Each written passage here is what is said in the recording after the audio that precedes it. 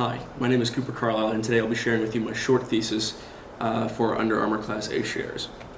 My thesis revolves primarily around three different components. The first being that Under Armour is projecting very, very low revenue growth. Even with its most bullish investors only projecting around 4 to 5% revenue increase year over year, leading to a very, very low DCF analysis. The next point will be discussing low EBIT and EBITDA margins and how the improvements in those margins aren't projected to increase by any substantial amounts, which then results in a low multiples analysis. And third will be a much more qualitative section in which I talk about how Under Armour is failing to capture the hearts and minds of millennials and the future consumers of its products. To the same degree that Nike, Lululemon, and Adidas, its primary competitors in the athleisure footwear market, are. So beginning with our quantitative analysis, I'll be walking you through the income statement first, and then we'll be discussing the rest of the primary financial accounting statements later on. So as can be seen, the difference between the sales in September of 19 versus in the September quarter of 2018, there is a not insubstantial decline. Whenever the regular quarter growth is in that 1.8 to 1% growth range, a 1.36% decrease is not anything that can just be written off as a one-off event. And the same can be said with the EBIT and the EBITDA margins. It can be seen that seasonally, September is a very, very poor quarter for Under Armour's performance, and nothing is being done necessarily to prevent that from happening in the future. This is a more in-depth look as to what is causing their low EBITDA. And while their sales are continuing to grow, especially with a meteoric rise from December of 2014 to December 2017, that revenue growth hasn't continued year over year, and we are seeing incredibly low revenue growth from 2018 to 2019, with a moderate decrease in the cost of goods sold, but nothing spectacular, nor is it anything that can be chalked up to wild confidence wild confidence or competence by its executives. Next, we're moving on to the balance sheet. As you can see, its cash and short-term investments has gone up, meaning that Under Armour is not spending the money that it currently has, and has not found adequate products in which it can invest that money into. And I interpret that to mean that it has low confidence in its ability to puncture into new markets or to increase sales in existing markets, given its current product line. It has seen a moderate decrease in paying down of its debt, but I see this more as a function of it having excess cash on hand as opposed to it meeting any sort of goals that it has. And this is just a further look into the balance sheet, giving us many of the same numbers, but further describing and clarifying as to where those numbers have come from. So we do see a moderate decrease in inventories held, but again, I will chalk that up more to a lack of ability to find new and better investment areas as opposed to an increasing of efficiencies. So moving on to the cash flow statements, you do see that the net operating cash flow is positive, whereas in the past it has been positive, and it's positive by a very, very large factor. However, what concerns me is their capex to sales ratio. They are receiving a very, very large amount of money. However, they're not spending that money to increase production, to expand to new facilities in different areas, or to grow, really.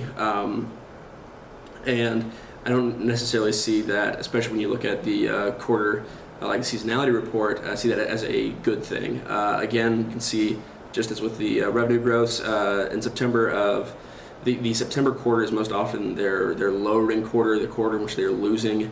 And while they're losing by less in this quarter, I don't see that as a continuous, but more as a one-off event. And this cash flow statement goes further into analysis as to where all of that came from. On a per share basis, they have been growing on sales per share. However, their EPS has been wildly fluctuating. They had a very good quarter this past quarter. However, I don't believe that this, especially when you look at their free cash flow and their cash flows per share, that this is really a positive set of numbers for Under Armour. I think this is more of a set of kind of one-off positives. And again, this is taken over a quarterly basis, not over a yearly basis, and the yearly numbers are even worse. So moving on to the capital structure, we do see that their enterprise value has decreased from the beginning of the year and does not look to really get back to where it was in June of this year, with a lower market capitalization, essentially the same level of debt, but a higher level of cash and equivalents currently than we had in March of this year, meaning again that they have just not enough projects that they believe to be worthwhile to invest that money into. So moving on to the comparable companies, as I spoke earlier, the comparable companies for Under Armour do compete with them in footwear and in athletic and leisurely apparel, those primary competitors being Adidas, Columbia Sportswear, Nike, Skechers, and Hanes. Looking forward for their financial estimates, we don't see a rapid increase in the revenue projections. However, we do see a larger increase in the cost of sales projections, meaning that their gross income will be growing, but not as fast as it could be growing should they receive some sort of synergies from their suppliers than is expected. So moving on to our WACC estimates, I calculated their WACC to be 10.69%, using a risk-free rate of 1.84, a beta of 1.68, which is their raw unadjusted beta. And I used that because I believe that they're, especially given some past iniquities committed by their their C-suite executives, I believe that their raw unadjusted beta is much more indicative of how their future performance will be as opposed to their adjusted beta. I believe that they are a risky company that has not shown any sort of structural change that would increase my confidence in their ability to survive this accounting probe that they're currently going under without a huge fine, or B, not produce further incorrect financial statements in the future. Now, all that being said, the country risk premium I set at 5.96%, as was provided by NYU Stern, and their relatively low cost of debt and their low levels of debt don't really push their weighted average cost of capital down that much at all. So moving on to my DCF, we have our listed givens at the top. Their reported guidance for tax rate is 22%. That being said, should they not produce effective levels, they may not be to be taxed effectively at 22%. And we see that given a DCF valuation, their stock price estimate is a 10.34%, which is just wildly low compared to what they're trading at currently, which leads me to believe that their relative valuation must be bringing that stock price up. So moving on, these were the assumptions that were plugged into my DCF: a 2% current 2019 growth rate, which is what is being reported and guided by the company, followed by 5% continually, 10% EBITDA margins, again being guided by the company, and 7% EBIT margins, like a broken record here, again being guided by the company in that instance.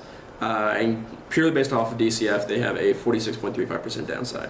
Now, moving on to relative valuations, this is where I truly believe that the value of Under Armour can be judged accurately.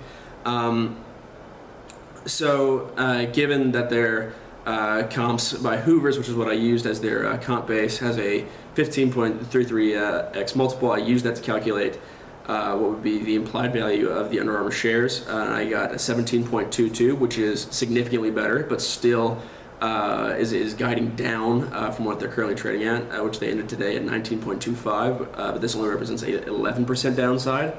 However, whenever you weight these, what I believe to be appropriately, given JP Morgan's idiosyncratic risk analysis of Under Armour, right around a 50% DCF and a 50% relative valuation.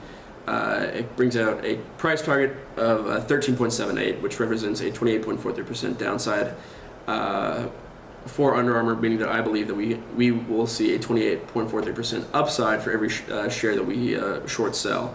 Now, moving on to my qualitative analysis of Under Armour and the risks that largely prompted me to use that higher beta.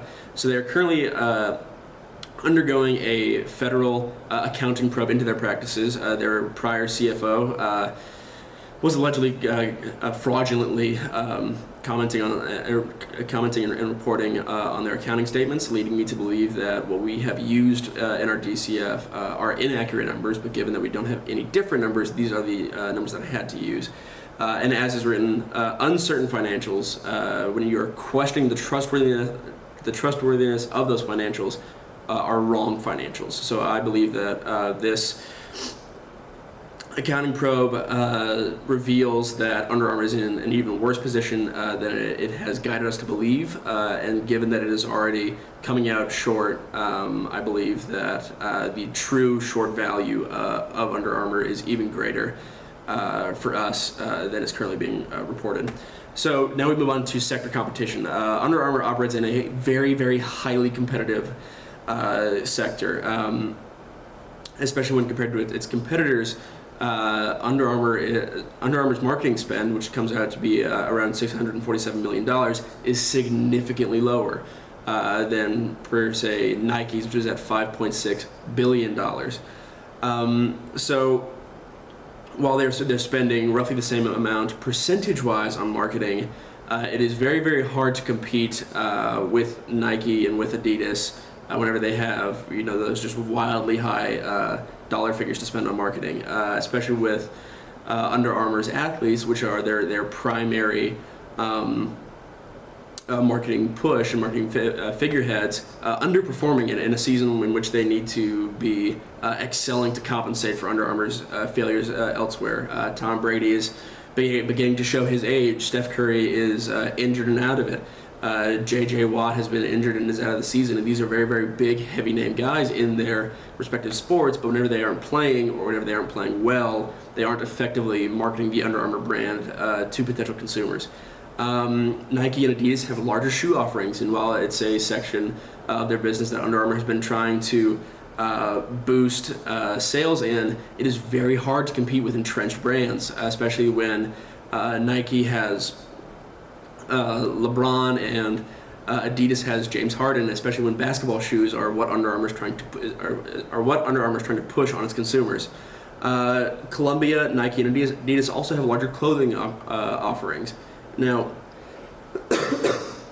Under Armour is attempting to kind of get the grassroots marketing through sponsoring some colleges. Nike and Adidas have that market locked down. There is no breaking into it in any sort of meaningful capacity, because largely most of the jerseys that you see on professional athletes, on college athletes, have already been bought either by Nike or by Adidas.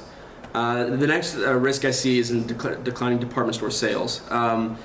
So as can be seen on the supply chain analysis of Under Armour, a lot of their department store brands that they sell their products to then sell to their consumers are taking hits, and this is part of what has been widely known as the retail apocalypse, and I don't believe represents a good, positive forward look for Under Armour's revenue. They have not been able to produce quality online sales in the same way that Nike, Adidas, and Lululemon have, and I believe that once we see a rapid decline in department store sales, this will truly come to bite them in the butt. So while I am pitching the short of Under Armour, I am pitching the buy of Lululemon precisely for opposite reasons. They have a strong online presence, a strong, rabid consumer base that is ready and willing to buy whatever they're selling, and they have a much, much steadier growth over the same time period, however, with a much, much lower volatility. Thank you.